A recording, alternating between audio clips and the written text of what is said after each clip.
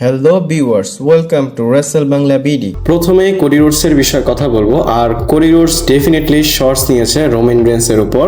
হ্যাঁ, এটা বলতে পারি রোমান রেন্স রেসেলমেনিয়ার পর থেকে অ্যাক্টিভ ছিল, কিন্তু আবার যে পার্ট টাইম শিডিউল সেটা শুরু হয়েছে।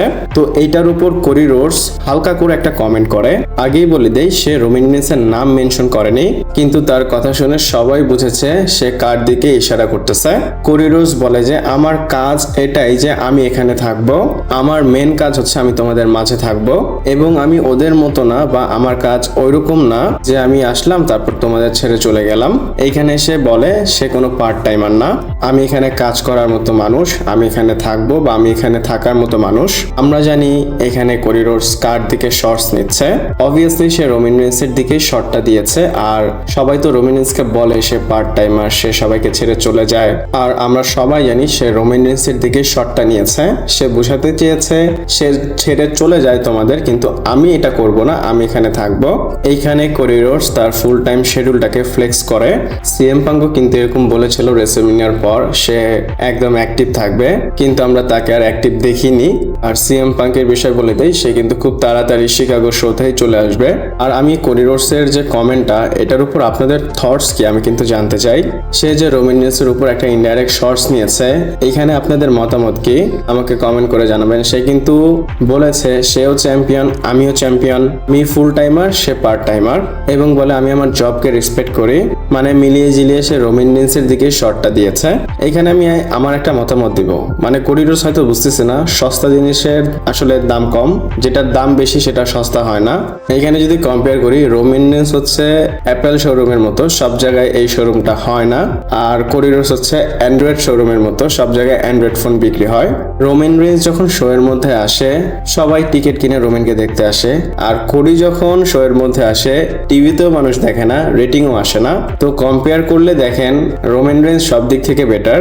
সে আসুক না আসুক এটা নিয়ে কোডির আসলে খোঁচা দেওয়ার দরকার নেই, উল্টা তার দেখা উচিত সে আসলে শোকে কেউ দেখে না। 2026 এসে পার্ট টাইম এবং ফুল টাইম শিডিউল নিয়ে যদি ডিবেট করে কেউ, তাকে আমি স্টুপিড বলবো। এখানে ফ্লেক্স করার কিছুই নেই।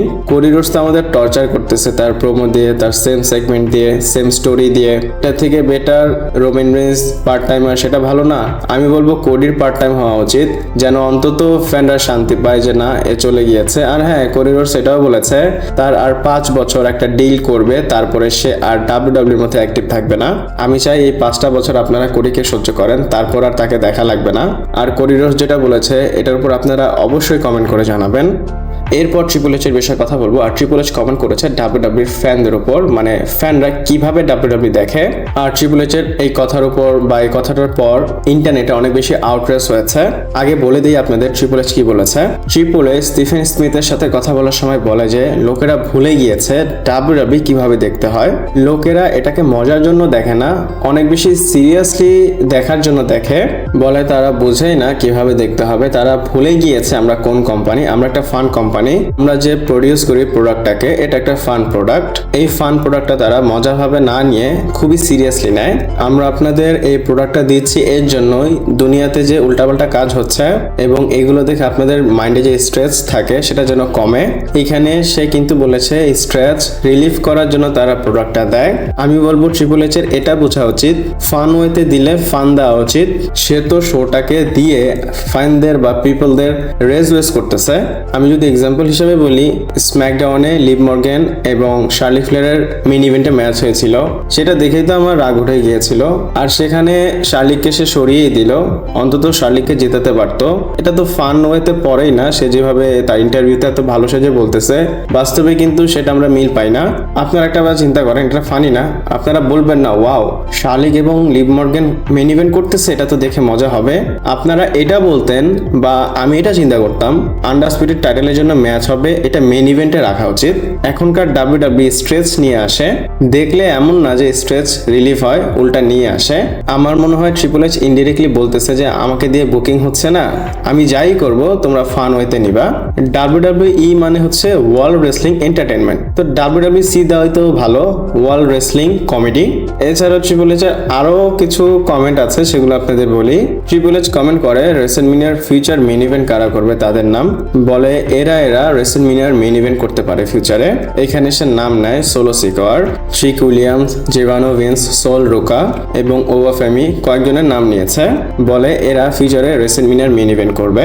এখানে সে যার নাম নেক জেভানো ভিন্স, সে যে মেইন ইভেন্ট করবে আমার মনে হয় না। তাকে আমার কোফি কিংস্টনের মতো মনে হয়। হয় সে একবার এসে কোফির মতো সাপোর্ট পেয়ে মেইন ইভেন্টে যেতে পারে, কিন্তু সে মেইন ইভেন্টার না। তারপর যদি সোলো সিকার কথাও বলি, আমার মনে হয় না সে মেইন ইভেন্ট করতে পারবে। তার মোমেন্টাম শেষ করে দিয়েছে WWE।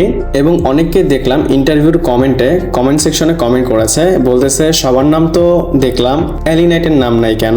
আমার কথা হচ্ছে এলি নাইটের নাম কেন বলবে? এলি নাইটের কি কোনো ফিউচার আছে? সে তো অনেক বয়সী একটা রেসলার, এটা অনেকে মানতে চায় না। এলি নাইটের থেকে ইয়াঙ্গার কিন্তু রোমান রেইন্সের থেকে এলি নাইটের বয়স বড়। এলি নাইটের বয়স হচ্ছে 43 বছর এবং রোমান রেইন্সের বয়স হচ্ছে 41। কই 43, কই 41? রোমান রেইন্স 41-এ যা অ্যাচিভ করেছে, এলি নাইট এখন যদি এগুলো করতে যায় তার তো 60 চলে যাবে, মানে 60 প্লাস হয়ে যাবে। আর তারা কিভাবেই কমেন্ট করে যে এলি নাইট রেসলমেনিয়ার ফিউচার মেইন ইভেন্ট করবে। হ্যাঁ, এলি নাইটকে দিয়ে মেইন ইভেন্ট করানো যায়। যদি সে AEW-তে যায়, AEW-তে গিয়ে সে মেইন ইভেন্ট করতে পারে। তারপর ওভা ফেমির বিষয়ে সে কমেন্ট করে বলে যে ওভা ফেমির মতো ম্যাসিভ ট্যালেন্ট তৈরি করা বা তৈরি হচ্ছে, এটা আপনারা কোথাও দেখতে পারবেন না। মানে সে এখানে বোঝাতে চেয়েছে ট্যালেন্ট কিভাবে তৈরি করতে হয় এটা কেউই চিন্তা করেনি। সামনে গিয়ে ওভা ফেমি যা করবে, এবং সে ওভা ফেমির ফিউচার নিয়েও বলে সেটা অনেক ব্রাইট, এবং ট্রিপল এইচ অনেক বেশি হোপ রাখে ওভা ফেমির উপর। দেখি ট্রিপল এইচ সামনে এই ওভা ফেমি বা যাদের নাম নিয়েছে তাদের সাথে কি করে। এরপর স্যামি জেনের বিষয়ে কথা বলবো, এবং এই নাইট অফ চ্যাম্পিয়ন আপনারা ধরতে পারেন স্যামি জেনের last chance. This is Sami Zayn's last chance. আর লাস্ট চান্স কেন? কারণ স্যামি জেন চ্যালেঞ্জ করেছে কোডি এবং গুন্থারকে WWE আন্ডারস্পিরিট টাইটেলের জন্য। নাইট অফ চ্যাম্পিয়নে একটা ট্রিপল থ্রেট ম্যাচ হবে, আর এই ম্যাচটা মেইন ইভেন্ট করবে। যেহেতু এই ম্যাচটা মেইন ইভেন্ট করবে, ম্যাক্সিমাম মেজরিটি মনে করে এই মেইন ইভেন্টে টাইটেল হ্যান্ড চেঞ্জ হতে পারে। আর যদি টাইটেল চেঞ্জ না হয়, এন্ডিং অনেক বেশি কিওটিক হবে। আর স্যামি জেন যদি এই সৌদি ক্রাউডদের সামনে টাইটেল না জিতে, তাহলে মনে হবে WWE-র মধ্যে স্যামি জেনের মোমেন্টাম কিল করা হয়েছে। আর স্যামি জেনের সাথে যা করা দরকার ছিল বা যা হওয়ার কথা ছিল সেগুলো হয়নি বা হবে না। এটাও বলে দিই, নেক্সট ইয়ার কিন্তু সৌদি আরবিয়া থেকে রেসলমেনিয়া হবে, তো সেখানেও তাকে চান্স দিতে পারে। WWE এখানে একটা রিস্ক নিতে পারে জেউসের মতো, তাকে এখানে চ্যাম্পিয়নশিপ জিতিয়ে রেনটা চেক করতে পারে। যদি রেনটা কাজ না করে, তার কাছ থেকে টাইটেল নিয়ে নিতে পারে। যদি রিস্ক নেয়, রেসলমেনিয়া 43-তে কি করবে সেটা কিন্তু তারা বুঝতে পারবে যে কেমন রিয়াকশন আসতে পারে। ঘুরিয়ে ফিরে স্যামি জেনের এটা লাস্ট চান্স। দেখি WWE যারা আছে তারা তাকে ওয়ার্ল্ড টাইটেল দেয় কিনা। এবং আবারও বলে দেই, আন্ডারস্পিরিট টাইটেল হ্যান্ড চেঞ্জ করবে নাইট অফ চ্যাম্পিয়নে, এটার চান্স অনেক বেশি।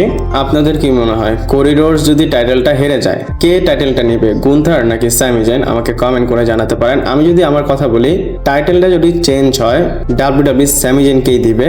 আর যদি স্যামি জেনের মোমেন্টামটা তারা নষ্ট করে এবং রেসলমেনিয়া 43-র জন্য তার ফিউচার প্ল্যানটা তারা রেডি করে রাখে, হয় গুন্থারকে দিবে আমার যতটুকু মনে হয়। কারণ গুন্থার যেন হেড পায় এবং হিল হিসাবে যেন আরো পলিশ করতে পারে বা আরো শাইন করতে পারে, এটা আরো ভালো একটা মোমেন্ট হবে।